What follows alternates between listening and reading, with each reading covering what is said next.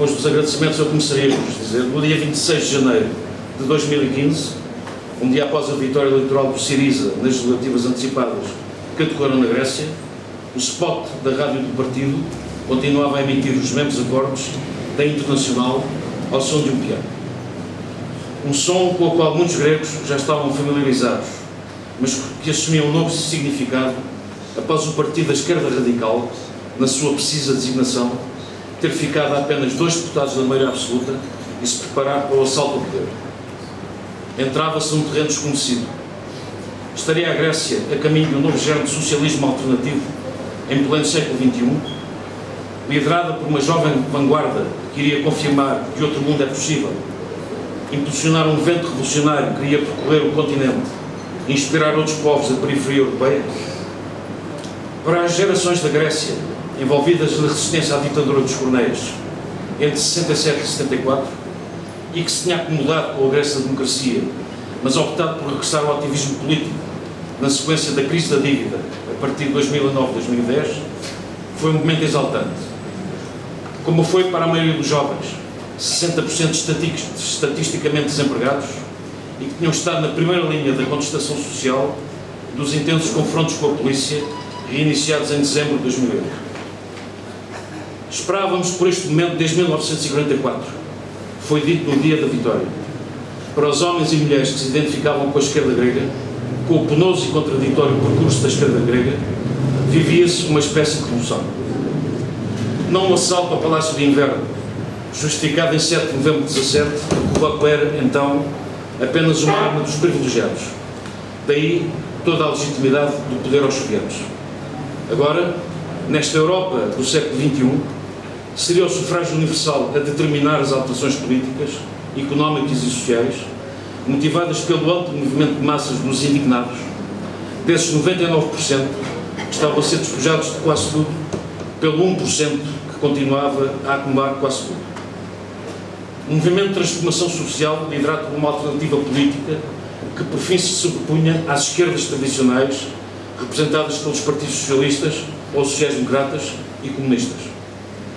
Nas ruas de Atenas, nessa noite de 25 de janeiro, militantes internacionalistas vindos sobretudo de Itália e de Espanha erguiam o punho, agitavam bandeiras vermelhas e entoavam o Bella Ciao, a canção da resistência italiana, ao Internacional.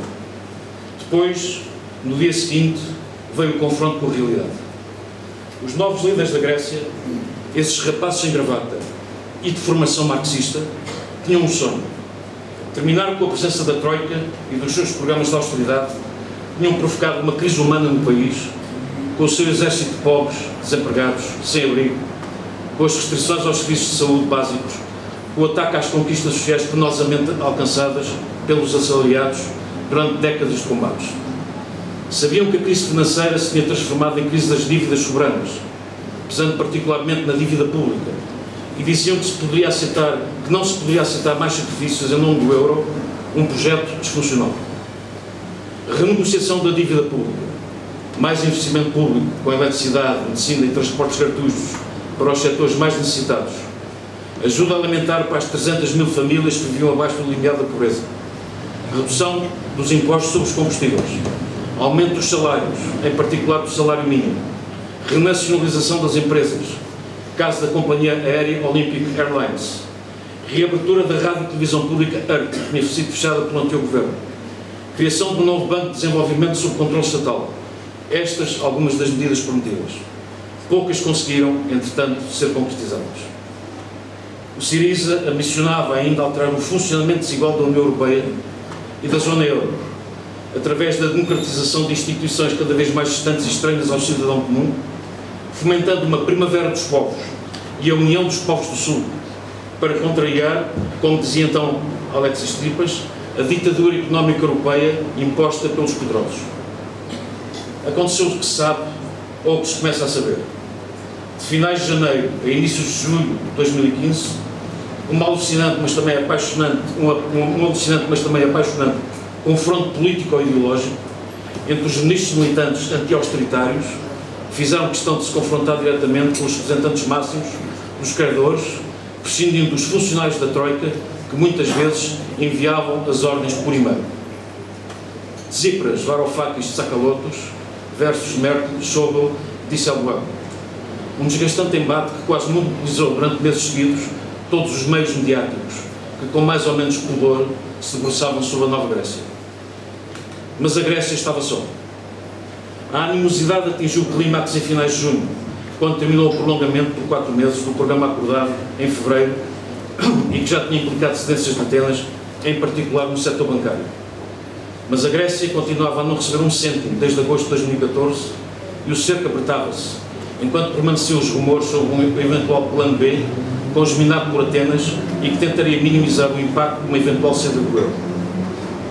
Tsipras anunciou então, na madrugada de 27 de junho, um referendo sobre o último acordo proposto pelos credores, considerado humilhante, enquanto a Grécia entrava em incumprimento face ao FMI. O Oxy, não, confrontava-se com o NAI, sim, e a Grécia fraturou-se. Pela primeira vez na história das democracias europeias, uma consulta popular decorre com os bancos fechados, uma imposição definida por um investigador historiador grego como a utilização da arma absoluta, destinada a provocar medo e influir na decisão do eleitorado. Os principais líderes europeus também se imiscuem diretamente na campanha e dizem que uma vitória do não implica a saída automática da zona euro. Na Grécia, os partidos do centro e da direita sentiam-se protegidos e tinham como certa a vitória. O Syriza tem que ser afastado do poder, defendia na sua secção líderes o insuspeito semanário britânico The Economist nas vésperas do referendo. Nada de novo. Ainda antes das eleições de 25 de janeiro, o governo alemão considerava quase inevitável o Grexit, a saída da Grécia da zona euro, caso o Syriza vencesse as eleições, abandonasse a linha de rigor orçamental e deixasse de reembolsar as dívidas do país. Terá razão outro economista na ribalta, Thomas Piketty, quando disse em entrevista ao semanário alemão Der Spiegel, em março, que ao ser criada a zona euro, criámos um monstro? E foi esse monstro, entre aspas, que os novos dirigentes gregos não conseguiram contrariar. Pouco mais de 24 horas após o referendo, o não convertia-se em sim, em nome da permanência da Grécia na moeda única. Mas Tsipras permanecia popular, convocava a oposição em nome do interesse nacional e conseguia provocar a demissão do ex-primeiro-ministro pietista António Samaras da liderança do principal partido da oposição. O resultado do referendo surpreendeu os próprios dirigentes do Syriza. Diz que muitos apostavam na vitória do sim, para depois justificarem imediatas decisões políticas, como a convocação de eleições antecipadas e com sondagens muito favoráveis. Pelo contrário, e após 17 horas de negociações em Bruxelas, anunciou-se em 13 de julho um novo resgate com os credores, agora 4 instituições, com o reforço da exigência externa no país e novas medidas de austeridade, a troco de mais um avultado empréstimo. Mas ninguém parece acreditar no seu sucesso, atendendo ao desastre social associado aos 2 anteriores programas de resgate. O Syriza dividiu-se, perdeu a maioria absoluta no Parlamento e os seus partidos irmãos na Europa, da Turquia à Irlanda, Escócia, Espanha ou Portugal, também conheciam dificuldades em justificar esta nova viragem. Falou-se de um golpe de Estado. Um novo e decisivo congresso do Partido da Esquerda Radical já está convocado para setembro. As suas conclusões serão determinantes para a permanência do atual governo de coligação ou a convocação de novas eleições antecipadas. No rescaldo, as instituições europeias clamaram vitória. O Ministro das Finanças eslovaco disse que o Acordo de Bruxelas foi a resposta à Primavera Grega.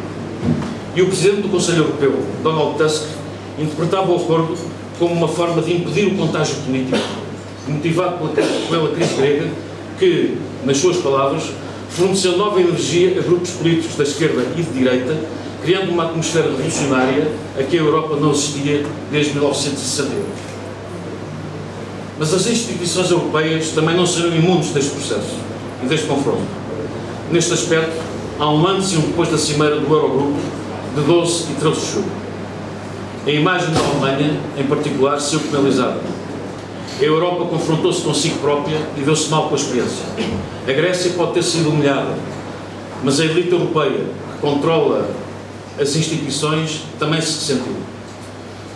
O regresso do alemão feio, que foi o título escolhido pelo ex-chefe da diplomacia de Berlim, o social-democrata Joschka Fischer, num artigo de opinião em finais de julho. Num fim de semana, o governo alemão destruiu diversas décadas de diplomacia através de um catálogo de horrores destinados a humilhar a Grécia. Escrevia também, na ocasião, o semanário alemão Der Spiegel. A reação fria e abrupta do governo alemão às propostas gregas, isto é outra citação, foi indigna. Considerou por sua vez o filósofo alemão Jürgen Habermas, ao referir-se ao impacto mundial suscitado pelo comportamento brusco e teutónico da chanceler Angela Merkel e do seu ministro das Finanças. Mas a reação mais surpreendente veio provavelmente de onde menos esperava, ou talvez não. E agora cito: evitámos o pior com o acordo de Bruxelas de 13 de julho, não porque sejamos sábios, mas porque tínhamos medo. Foi o medo de uma saída da Grécia da zona euro que permitiu o acordo. Existe, de facto, uma ruptura dos laços de solidariedade na Europa. E os velhos demónios, os ressentimentos nacionais contra os outros, ainda permanecem vivos. Os europeus não querem a Europa. E a Constituição Europeia, nascida da vontade dos povos, converteu-se num projeto de elite, o que explica o abismo entre as opiniões públicas e a ação política. Esta confissão do Presidente da Comissão Europeia, Jean-Claude Juncker, numa entrevista em 22 de julho ao diário belga Le Soir, reflete o impacto que a crise grega suscitou na hierarquia política europeia, ainda sem qualquer consequência prática. Quanto ao Syriza, tem sido aconselhado a promover uma gestão prudente e honesta da derrota e com apurado sentido de autocrítica. No entanto, e como todos suspeitamos, toda esta história ainda não acabou. Obrigado.